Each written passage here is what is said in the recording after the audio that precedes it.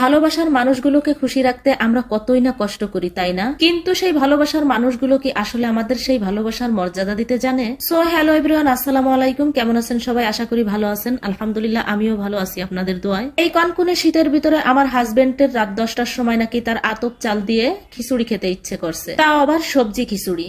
তো তার কথা শুনে আমিও চলে আসলাম, তার যেহেতু খাইতে ইচ্ছে করছে। ভাবলাম আমার যতই কষ্ট হোক না কেন, তার শীতের সময় এই খিচুড়িটা খেতে আসলেই ভালো লাগে, তার যেহেতু খাইতে ইচ্ছে করছে। তো আমি বাসায় যেগুলো সবজি ছিল সেগুলো একটু কেটে কুটে নিছি। এখানে আমি আলু, সিম, ফুলকপি, গাজর, এই যে সবজিগুলো ছিল আমার বাসায় সেগুলো একটু কেটে কুটে নিছি। এখন আমি মূল রান্নাটা শুরু করে দিলাম। প্রথমে আমি শুকনো মরিচটা ভেজে নিছি, তারপর কিছু জিরে দিয়ে দিলাম, আর আস্তে আস্তে কিছু রসুনের কোয়া দিয়ে দিলাম। রসুনের কোয়াগুলো একটু হালকা ভেজে তার ভিতরে পেঁয়াজ, কাঁচামরিচ এগুলো দিয়ে দিলাম। এগুলো আমি একটু কিছু সময় ভেজে নিব, একটু হলুদের গুঁড়াও দিয়ে দিলাম, দিয়ে আমি কিছু সময় ভেজে নিব।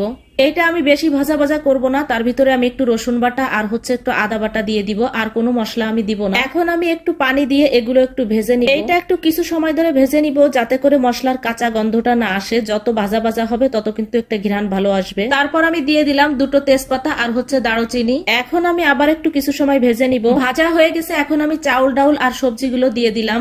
এখন আমি পরিমাণ মতো লবণ, হলুদ দিয়ে দিলাম। পুরোপুরি সবকিছু আমার দেওয়া কমপ্লিট। এখন আমি এটা ভালো করে ভেজে নিব অনেক সময় ধরে, বেশ খানিকটা সময় ধরে আমি ভেজে তারপরে আমি পানিটা দিয়ে দিলাম। আমি যেহেতু লো হিটে রান্না করব, এই জন্য আমি পানির পরিমাণটা কম দিছি, আর সবজি তো একটু পানি ছাড়বে, এই জন্য পানির পরিমাণটা কম দিয়ে দিলাম। এখন আমি ঢাকনাটা উজলিয়ে তারপরে একটু নাড়াচাড়া করে নিব। বেশ ভালো সুন্দর একটা কিন্তু ফ্লেভার আসছে, জাস্ট ওয়াও। এখন আমি দিয়ে দিচ্ছি কিছু টমেটো আর ধনিয়ার পাতা, আর আমি এখন ঢাকনা দিয়ে একটু ঢেকে দিব, আর চুলাটা কিন্তু একেবারে লো হিটে রাখবো। তারপর আমি ঢাকনার ছিদ্রটা একবার বন্ধ করে দিলাম, যাতে করে সুন্দর করে সিদ্ধ হয়ে যায়। এদিকে আমি সুন্দর করে টেবিলটাও গুছিয়ে নিছি, সালাডটাও কেটে নিছি। যেহেতু রাত অনেক হয়ে গেছে, এই জন্য খাবারটা হওয়ার সাথে সাথে এই জন্য খেতে পারি।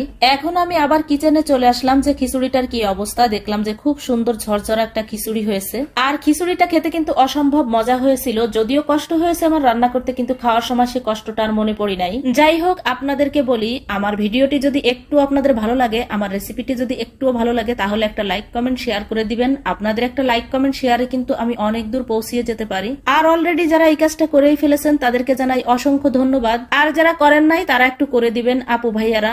এখন আমি সালাডটা মাখিয়ে নিচ্ছি, এখন আমরা খাবারটা খেয়ে নিব। এখন রাত অলরেডি 11:30 বেজে গেছে, আর আমরা কিন্তু 10টার ভিতরে খাবারটা খেয়ে নিই। মিতুলের বাবা যদি বাসায় থাকে, আজ অনেক বেশি রাত হয়ে গেছে। এত রাত্রে কিন্তু আসলে খাবার খাওয়াটা ঠিক না। যাই হোক, এই তো আমি খাবারটা উঠিয়ে দিচ্ছি। প্রথমেই আমার কুটুস বুড়িকে খাবারটা উঠিয়ে দিচ্ছি। সে কিন্তু সুন্দর করে প্লেটটা আমার কাছে এগিয়ে আনছে, আমার খুব ভালো লাগছে। ওরও কিন্তু অনেক ক্ষুধা লেগে গেছে, আর এখন সুন্দর করে সালাডটা বেছে বেছে নিচ্ছে। আর এদিকে আমি মিতুলের বাবা এবং মিতুলকে আমি খাবারটা উঠিয়ে দিলাম। খাবারটা খেয়ে মিতুলের বাবা রিভিউ দিচ্ছে, অনেক টেস্ট হয়েছে। নেক্সট ভিডিওতে কথা হবে, সেই পর্যন্ত ভালো থাকবেন। আল্লাহ হাফেজ।